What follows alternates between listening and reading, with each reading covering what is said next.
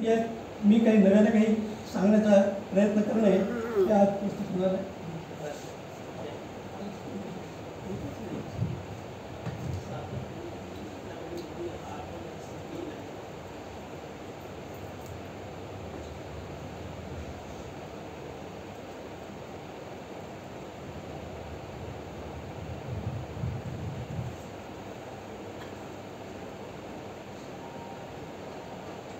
आज मूकनायकाच्या धाटणीची पत्रकारिता निर्माण होणे आवश्यक आहे. आपले प्रश्न, समाजाचे प्रश्न, राष्ट्राचे प्रश्न जे जास्तीत जास्त लोकांच्या हिताचे आहेत अशा प्रकारचे प्रश्न उपस्थित करणे आणि त्या प्रश्नांची उत्तरे देण्यासाठी देखील म्हणजे आपली तयारी ठेवणे या प्रकारची पत्रकारिता आज आवश्यक आहे. नुसते प्रश्न निर्माण करून होणार नाही, तर त्या प्रश्नांची उत्तर देखील आम्हाला माहीत असली पाहिजे आणि त्या प्रश्नांची उत्तरे त्याचं संसूचन आपल्या वाणीतून, आपल्या बोलण्यातून, आपल्या पत्रकारितेतून, आपल्या लेखनातून आम्हाला करता आलं पाहिजे. निवडक प्रश्न निर्माण करायचे आणि त्याची कुठल्याही प्रकारचे लोकांना प्रश्न फक्त तुम्ही प्रश्न विचारणार आणि त्या प्रश्नांचा उपाय कसा करायचा हे जर आपल्याला माहीत नसेल तर नुसता प्रश्न उपस्थित करण्यात काही हे नाही. तथागतांनी स्वतःसमोर प्रश्न उपस्थित केले आणि त्या उपस्थित केलेल्या प्रश्नांची उत्तरे देखील त्यांनी दिलेली आहेत. तथागताचा धर्म हा अनुत्तर अशा प्रकारचा धर्म आहे, सर्वश्रेष्ठ अशा प्रकारचा धर्म यासाठीच म्हणतो की त्यांनी केवळ जगात दुःख आहे हे नाही सांगितलं. अनेक लोक तथागतांच्या धर्मावर तो निराशावादी धर्म आहे, अशा प्रकारचा धर्म आहे अशा प्रकारची टीका करतात. तेव्हा ही टीका अनाठायी आहे. जे सत्य आहे ते त्यांनी सांगितलं की हे तुमच्या ठिकाणी ही गोष्ट आहे, दुःख आहे की नाही आहे. दुःख जर आहे आणि दुःख कशामुळे निर्माण होतं ते सांगितलं. अविद्येमुळे दुःख निर्माण होतं, दुःखाचं कारण आहे आणि दुःखाच्या त्या कारणाचा नाश होऊ शकतो. दुःख निरोधही करता येतं आणि दुःख निरोधाचा मार्गही आहे ज्याला आर्य सत्य म्हणतात. आर्य सत्य म्हणून आपण म्हणून त्याचं मग नंतर आर्य सत्य झालेलं जरी असलं तरी झालेलं आहे तर ते आपण लक्षात घ्यायचं. हे आर्य सत्य किंवा हे आर्य सत्य आम्ही देखील जे बोलतो ते सत्यच बोललो पाहिजे आणि ते सत्य बोलल्यानंतर त्या सत्याच्या मार्गाने जाण्याची आमची देखील मानसिक आणि सगळ्या प्रकारची तयारी असली पाहिजे. तथागतांना तथागत का म्हणत होते आणि त्यांचे आपण अनुयायी आहोत म्हणून आपल्याला त्यांचा मार्ग स्वीकारण्याशिवाय पर्याय नाही. डॉक्टर बाबासाहेब आंबेडकरांनी आपल्यावर फार मोठी जबाबदारी टाकलेली आहे की संपूर्ण विश्वाचं ज्याला पुनर्गठन किंवा पुनर्निर्माण करणे, रिकन्स्ट्रक्शन ऑफ द वर्ल्ड, बाबासाहेबांनी हा शब्द वापरलेला आहे त्यांच्या द बुद्धानी धर्मामध्ये. रिकन्स्ट्रक्शन ऑफ द वर्ल्ड, मग तो कसा करता येईल या पत्रकारितेचा आणि आपल्याही सारख्या लोकांनी आपल्याही मानसिकतेचा त्या ठिकाणी उपयोग करून आपल्याला हे करता येणे शक्य आहे असं मला स्वतःला वाटतं. डॉक्टर बाबासाहेब आंबेडकरांनी द बुद्धानी धर्माच्या शेवटी, त्या ग्रंथाच्या शेवटी प्रतिज्ञा आपल्याला 22 प्रतिज्ञा दिल्याच, परंतु त्या ठिकाणी जागतिक स्तरावरची एक प्रतिज्ञा दिलेली सगळ्यांसाठी आहे. 4 प्रतिज्ञा दिलेल्या आहेत. काय? जीवसृष्टी ही असीम, नेऊ तिजला तारुण, भवसागराच्या पार घेऊ प्रतिज्ञा आपण पहिली प्रतिज्ञा. जीवसृष्टी असीम आहे आणि मग दुसरी प्रतिज्ञा आहे आपण कसे आहोत. दोष अनंत आम्हात, अनेक दोष आहेत. न हो ज्याचे प्रगणन, नष्ट करू त्या सर्वांना घेऊ प्रतिज्ञा आपण. म्हणजे आमचे दोष आपल्याला दिसत नाहीत परंतु अनंत आहेत, त्यांना नष्ट करण्याची आम्ही प्रतिज्ञा केली पाहिजे असं त्या प्रतिज्ञेत सांगितलेलं आहे. आणखी सांगितलेलं आहे सत्य हेच की जगात, सत्य अनंत असीम. सत्य देखील एकच सत्य नाही आहे, अनेक सत्य आहेत. सत्यांचा शोध सातत्याने वारंवार होत असतो, तर ते सत्य जाणून घेण्याची प्रतिज्ञा देखील आपण केली पाहिजे. ही तिसरी प्रतिज्ञा. आणि सगळ्यात शेवटची चौथी प्रतिज्ञा जी आहे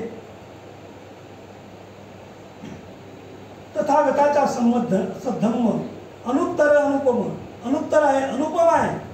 तथागताचा धम्म जो आहे तो अनुत्तर आहे, अनुपम आहे आणि तो संपादन करण्याची आपण प्रतिज्ञा घेऊया, अशा प्रकारची चौथी प्रतिज्ञा. तर या 4 प्रतिज्ञा आपल्यासमोर डॉक्टर बाबासाहेब आंबेडकरांनी ठेवल्या त्या ग्रंथाच्या शेवटी.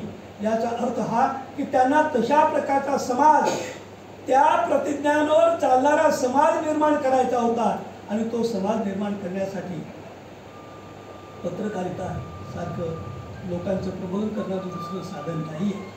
आणि म्हणून खूप मोठी पत्रकारांवर जबाबदारी असते. प्रमोद कारभांडेसारखे पत्रकार त्या दिशेने गतिमान आहेत. ते लोकांच्या व्यथा जाणतात, समाजाच्या व्यथा जाणतात, जे अत्यंत मागे राहिलेले आहेत, ज्यांच्यापर्यंत प्रकाश देखील पोहोचलेला नाही आहे, त्या लोकांपर्यंत प्रकाश पोहोचवण्याचं काम ते करतात. ही अत्यंत महत्त्वाची बाब आहे. 2500 वर्षांच्या पूर्वी तथागतांनी इथल्या मानसिकतेचं जे वर्णन केलेलं आहे अतिशय अप्रूप आहे. त्या पंचपरिव्राजकांना सांगताना, पंचपरिव्राजकांना पहिल्यांदा धम्मदीक्षा देत असताना किंवा धम्म सांगत असताना त्यांनी जेव्हा त्यांना सम्यक दृष्टीचं त्यांनी वर्णन केलेलं आहे. सम्यक दृष्टी जगामध्ये सम्यक दृष्टीच नाही आहे. काय आहे तर ही संपूर्ण जग म्हणजे एक कालकोठडी आहे आणि त्या कालकोठडीमध्ये आपण सगळेजण बंदिवान आहोत. सगळे लोक बंदिवान आहेत. त्यांना आपण बंदिवान आहोत हेही कळत नाही, अशा प्रकारची अवस्था आहे. अतिशय सुंदर अशा प्रकारचं रूपक तथागत सांगून त्यांना म्हणतात की त्यातून बाहेर पडण्याच्या त्याच्यासाठी आमची दृष्टी ही सम्यक असली पाहिजे. जे दिसतं ते सगळं आपल्या दृष्टीला दिसतं तेच बरोबर आहे असं नाही आहे. दृष्टीमध्ये म्हणजे अंतर्दृष्टी देखील आपली पाहिजे. आंधळा माणूस देखील म्हणजे त्याला अंतःचक्षू असतात. त्या अंतःचक्षूने समाजाचं निरीक्षण करू शकतो, समाजाला पाहू शकतो, जाणू शकतो, माणसाचा स्वभाव जाणू शकतो आणि माणसाच्या मनालाच तथागतांनी सगळ्यात मोठं महत्त्व दिलेलं आहे. आणि माणसाच्या मनाचं तत्त्वज्ञान सांगणारा तथागत हा सगळ्यात पहिला अशा प्रकारचा शास्त्रज्ञ आहे. त्या तो शास्त्रज्ञ आमचा मार्गदर्शक आहे याचा आनंद आपल्याला वाटला पाहिजे आणि त्याच्या मार्गाने जाण्याचा आपण सगळ्यांनी प्रयत्न केला पाहिजे. मित्रहो, आज मी अधिकोत्तर काही बोलणार नाही, परंतु आज आपल्यासमोर जी आव्हानं आहेत ती आव्हानं कोणतीही जाणून घेण्याचा प्रयत्न केला पाहिजे आणि आपली सद्सद्योग बुद्धी, ज्याला आपली सम्यक दृष्टी जी आहे ती दृष्टी आपण म्हणजे वापरून, जसं सांगितलं की सम्यक वाचा, सम्यक संकल्प करून आणि सम्यक आजीविका वगैरे ह्या सगळ्या प्रकारच्या आर्य अष्टांगिक मार्गाचा आम्ही देखील म्हणजे अभ्यास केला पाहिजे. आता बरेचसे लोक हे झालेले आहेत, रिटायर्ड झालेले आहेत, त्यांच्याकडे कुठलं काम आहे? त्यांनी हे करावं, त्यांचं वाचन करावं आणि आपली जी पोरं इथे तरुण पोरं येत नाही, त्यांना वेळ मिळत नाही, तर घरी कुठेतरी म्हणजे त्यांच्यापर्यंत बाबासाहेबांचे हे कार्य आहे ते संक्रमित करण्याचा आपण घरी का प्रयत्न करू नये, आपल्या घरामध्ये प्रयत्न करावा. मला असं वाटतं की आपण एवढं जरी लक्षात ठेवलं तरी खूप चांगलं होईल.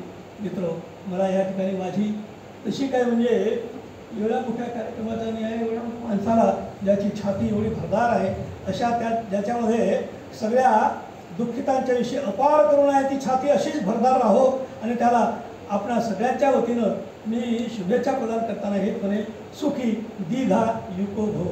तुम्ही सुखी व्हा, दीर्घायुक्त व्हा आणि या सगळ्या लोकांच्या ज्या व्यथा आहेत त्या जाणून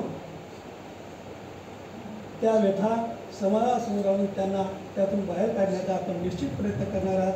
ती तुमची म्हणजे ती तुमची प्रवृत्तीच आहे, तुमचं ते अंतःकरणच आहे. त्या दृष्टीने तुमच्या मनात लहानपणापासून तुमच्या आईवडिलांनी, तुमचे वडीलही म्हणजे त्या दृष्टीने म्हणजे हे होते समाज सुधारक किंवा समाज सुधारक, त्यांची ती अपेक्षा होती आणि तुमची आई या देखील त्यांनीच तुम्हाला घडवलेलं असं तुम्ही मला आताच सांगितलं.